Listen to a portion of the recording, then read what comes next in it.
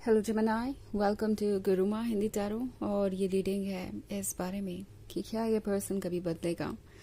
ये रीडिंग आपके लिए है अगर आप ये सोच रहे हैं कि आपके रिलेशनशिप में आगे क्या होने वाला है। ये पर्सन कभी कोई सीरियस कमिटमेंट देगा या नहीं। क्या ये पर्सन अपनी आदतें बदलेगा इस रिलेशनशिप के लिए। क्या वो इस रिलेशनशिप को बचाने के लिए तैयार है, अपने ऊपर वर्क करने के लिए तैयार है। आपके लिए रीडिंग है अगर आप ये सोचकर परेशान है कि पता नहीं कब इस पर्सन के अंदर कोई बदलाव आएगा।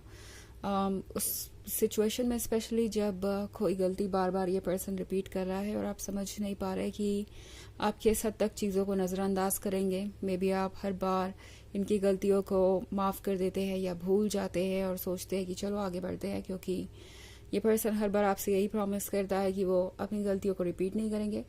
बट फिर वही चीज़, तो अगर ये वही सिचुएशन है तो आपके लिए ये रीडिंग है। तो चलिए स्टार्ट करते हैं और देखते हैं क्या मैसेजेस है आपके लिए। Messages for Gemini.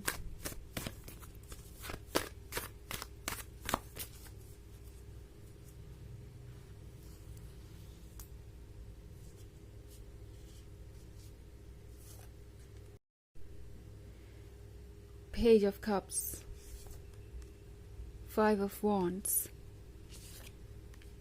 Six of Pentacles, the Emperor, and Wheel of Fortune. Okay. हमारे पास है Six of Pentacles.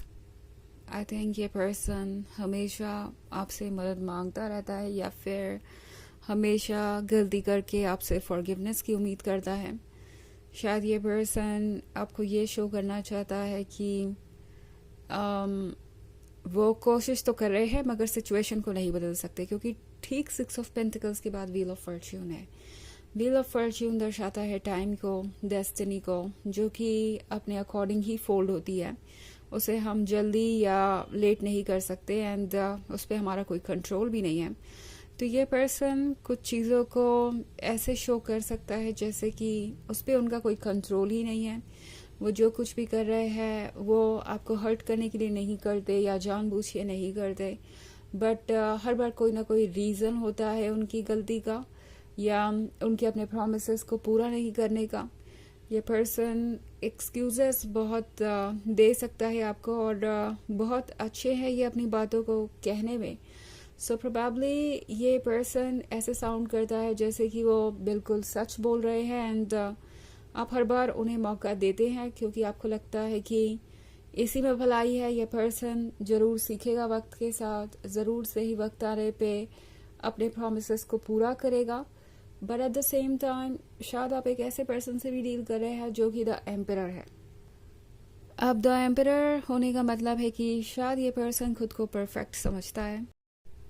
इस पर्सन को ऐसा लगता है कि उनके अंदर सब कुछ ठीक है, कुछ भी गलतियां नहीं कर रहे वो, या कुछ भी ऐसा नहीं है जिस पे उन्हें वर्क करने की ज़रूरत है।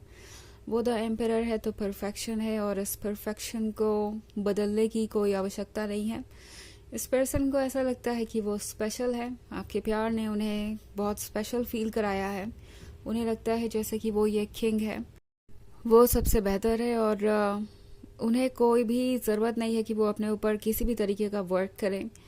ये पर्सन इस इल्यूजन में जी रहा है कि वो इस रिलेशनशिप में ज़्यादा इम्पोर्टेंट है, ओके, एंड वो ज़्यादा बेहतर हैं, उन्हें ज़्यादा समझ है किसी भी चीज़ की और इसीलिए ये पर्सन अपनी गलतियों को मानने के बजाय या उसका सोल्यूशन निकालने के बजाय हो सकता है आपको एक्सक्यूजेस दे रहा हो।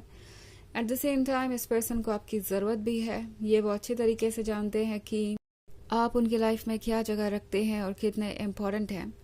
इस पर्सन को व्हील ऑफ फॉर्च्यून पे भरोसा है क्योंकि व्हील ऑफ फॉर्च्यून ने ही तो आप दोनों को मिलवाया है। तो इस पर्सन को लगता है कि अगर डेस्टिनी में होगा तो आप दोनों हमेशा साथ ही रहेंगे, आप दोनों शादी भी कर लेंगे और इसके लिए उन्हें कोई एफर्ट नहीं करना पड़ेगा। तो ये पर्सन हर चीज़ को एक तरह से डेस्टिनी पे छोड़ रहा है। उन्हें नहीं लगता कि उन्हें कोई भी एफर्ट करने की ज़रूरत है। अगर उनकी किस्मत में होगा तो उन्हें ये रिलेशनशिप वैसे भी मिल जाएगा। ऑल्सो 5 ऑफ वॉन्ड्स का कार्ड है, तो ये पर्सन कोशिश करेगा कि वो कोई ना कोई ऐसा एक्सप्लेनेशन आपको दे सके जिससे कि आपको लगे कि वो जो भी कर रहे हैं वो सही कर रहे हैं, एंड आपको इस बारे में परेशान होने की ज़रूरत ही नहीं है, आपको उनसे चेंज की उम्मीद करने की ज़रूरत ही नहीं है। सो ये पर्सन कोशिश करेगा कि आप इस रिलेशनशिप में बने रहे। अब ये एक ऐसी सिचुएशन हो सकती है, फॉर एग्जांपल, जहाँ पे ये पर्सन आपको बार बार कमिटमेंट दे रहा है और कभी भी इनका कमिटमेंट पूरा नहीं होता, बट इस कमिटमेंट को वो पूरा क्यों नहीं कर पा रहे, इसके लिए उनके पास हमेशा कोई ना कोई एक्सक्यूज रहता है, और आपसे ये उम्मीद रहती है कि आप पेशेंस रखेंगे और वेट करते जाएंगे। सो टैरो आपसे पूछ रहा है कि क्या ये पॉसिबल है। आपको अपने बारे में सोचना होगा, बिकॉज कोई और आपके बारे में नहीं सोच सकता, क्योंकि ये पर्सन आपके पर्सपेक्टिव से नहीं देख रहा है, ये पर्सन आपकी परेशानियों को समझता ही नहीं है, ये पर्सन आपकी जगह पे नहीं है, तो ऑब्वियसली ये आपकी परेशानियों को नहीं समझ रहे हैं। और अगर ऐसी सिचुएशन वाकई में है जहां आपको लगता है कि आपकी परेशानियों को कोई समझता ही नहीं और एड्रेस करने को तैयार नहीं है, तो टैरो आपसे कह रहा है कि फिर चीज़ों को क्लियर करना ज़रूरी है, इस पर्सन को बाउंड्रीज दिखाना ज़रूरी है, इस पर्सन को ये बताना ज़रूरी है कि आप कितना सफोकेटेड फील कर रहे हैं, क्योंकि पेज ऑफ कप्स के साथ आप एक रिवॉर्ड है इस पर्सन के लिए, आप टू गुड है, मतलब ये पर्सन शायद आपको डिजर्व भी नहीं करता।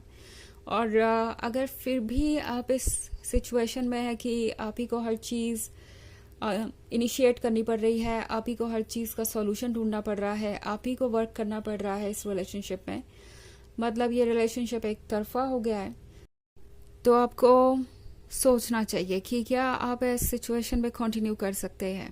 ओके, हालांकि ये एक जर्नल रीडिंग है, तो ये सबसे रेजोनेट नहीं करेगी, एनर्जी रिवर्स हो सकती है अगर आप क्रॉस वॉचर हैं। इसके अलावा अगर आप पिछले वीक की रीडिंग देखना चाहें तो उसका लिंक आपको डिस्क्रिप्शन बॉक्स में मिल जाएगा हमेशा की तरह। तो चलिए आगे बढ़ते हैं और देखते हैं और क्या मैसेजेस है आपके लिए Gemini.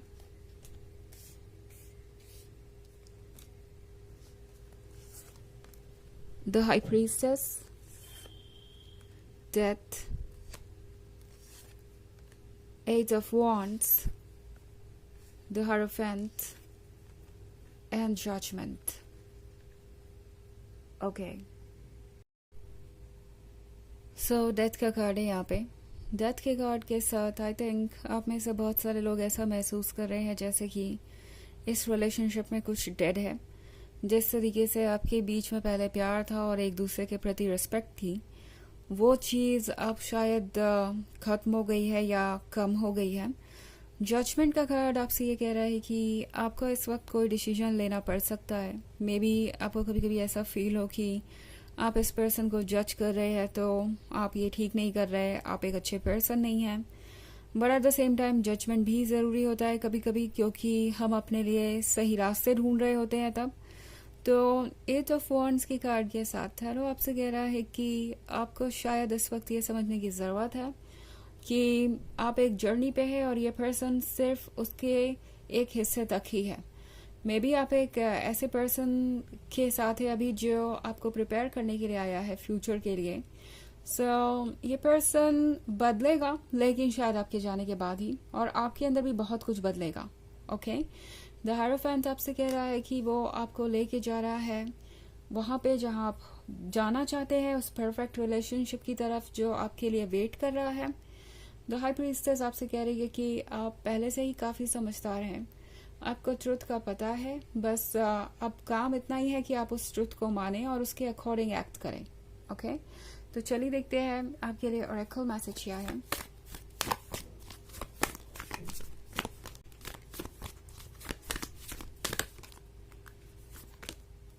Lady Nada, Heart Awakening, Awaken to Acceptance and Divine Love, Give and Receive in Balance। तो ये कार्ड आपसे कह रहा है कि आपको ज़रूरत है हर चीज़ को बैलेंस करने की। इस वक्त आपको डिवाइन लव मिल रहा है, आपकी सोल आपको गाइड कर रही है, उसकी तरफ अटेंशन दीजिए, क्योंकि ये सिर्फ एक फेज़ है जो ओवर हो जाएगा और आप जो चाह रहे हैं आप उसी की तरफ बढ़ रहे हैं, गोल पे फोकस रहिए। तो ये है रीडिंग इस बारे में कि क्या वो कभी बदलेंगे। आई होप आपको अच्छी लगी होगी। Thanks for watching. Till next video. Bye.